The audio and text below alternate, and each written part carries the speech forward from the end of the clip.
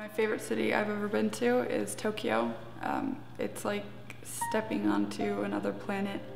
You don't understand any of the signs, but it's so lit up and bright, and there's millions of people, and it's a very welcoming culture.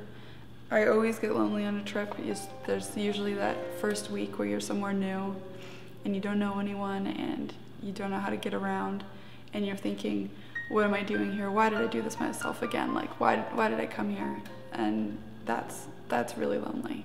I was lost, and it was about 8 in the morning, and I had no idea where I was, and I got off at a train station.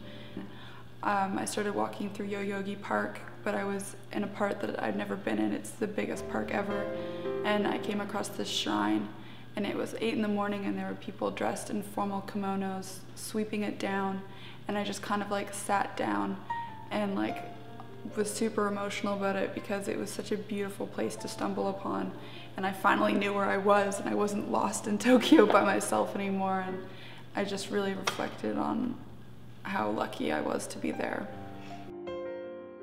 My mom's really cool, and she's super supportive and really amazing. She had me very young, and she's so strong. Just how much she loves me, you know? I think she gave up a lot to raise me, and I am really grateful for that. I had a really good childhood, and I have a really good life, and it's because of her. Whenever I see her at the airport, she goes, "Honey girl," and she gives me this huge hug in the airport, and like it's the best welcome home ever is my mom's hugs. For sure. It sounds so cheesy, but every time I get put up in a hotel, it's like there's just something about it that's just makes me feel so fancy. You know, I'm from the country. I didn't really stay in hotels growing up at all.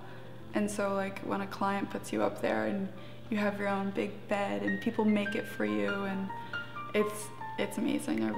I like that, and it's kind of a funny part to like though. My idea of perfect happiness would be to have absolutely no worries and to know exactly who you are, what you wanted to do, and find someone else who had all those things. Because if you were the only person who was happy, you wouldn't be happy. Or, you know, living in Tokyo.